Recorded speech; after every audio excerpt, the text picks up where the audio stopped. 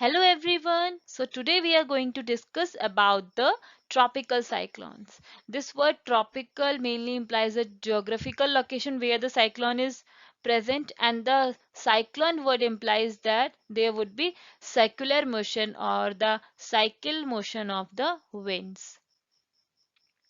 Mainly the cyclones would be formed in the regions of the low pressure.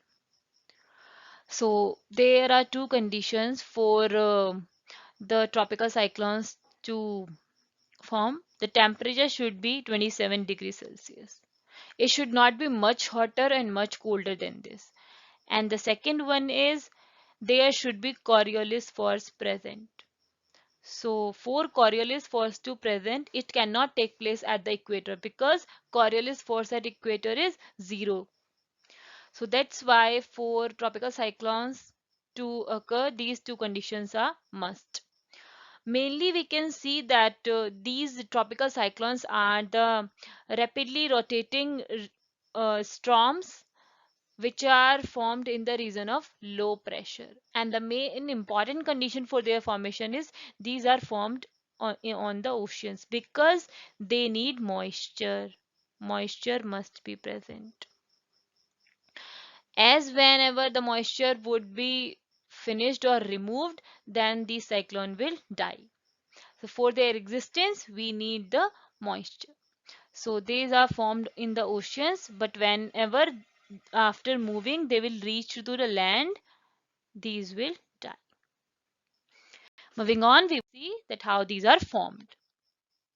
So as these are formed in the ocean, so we have this ocean here.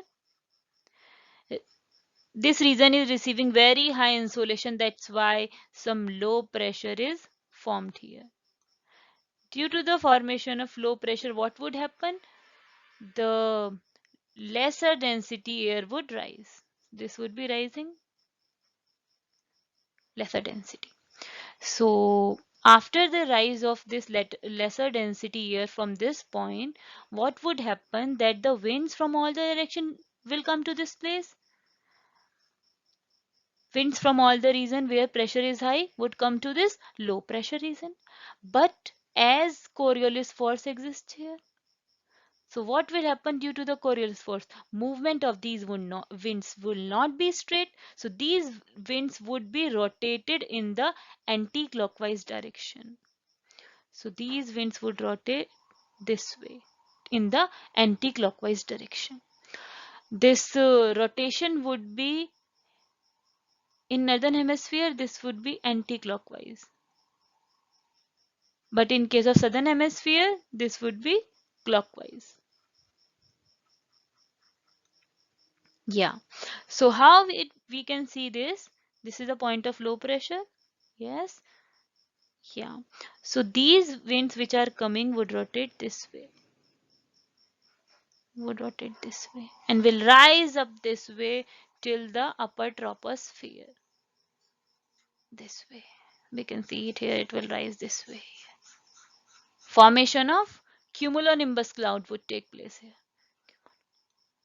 Nimbus clouds. Very heavy rainfall in these regions. So this way, when the winds will reach there, it will get colder, and after getting colder, it get diverge, and the cycle would form. This is how the process of tropical cyclone would take place. Formation of a formation of cumulonimbus cloud. This point is known as I, which is low pressure region.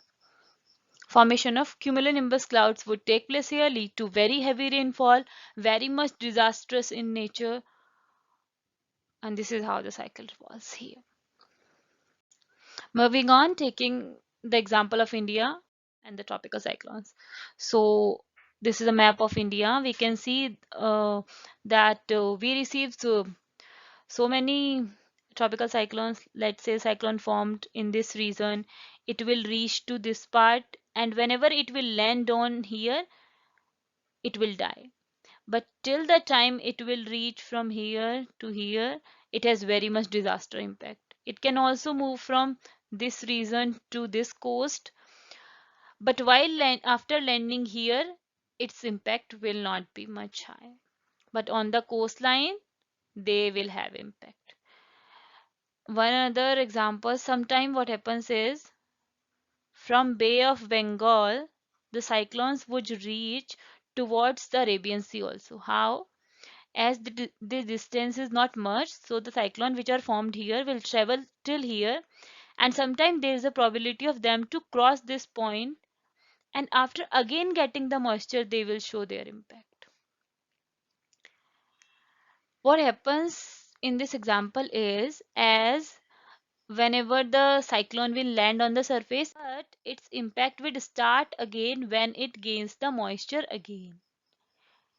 So Indian coast receives tropical cyclone many of the times, and they are disastrous also. So as the moisture content reduces, whenever the cyclone land on the surface, its impact would reduce. I hope you understand the topic well. Thank you for watching.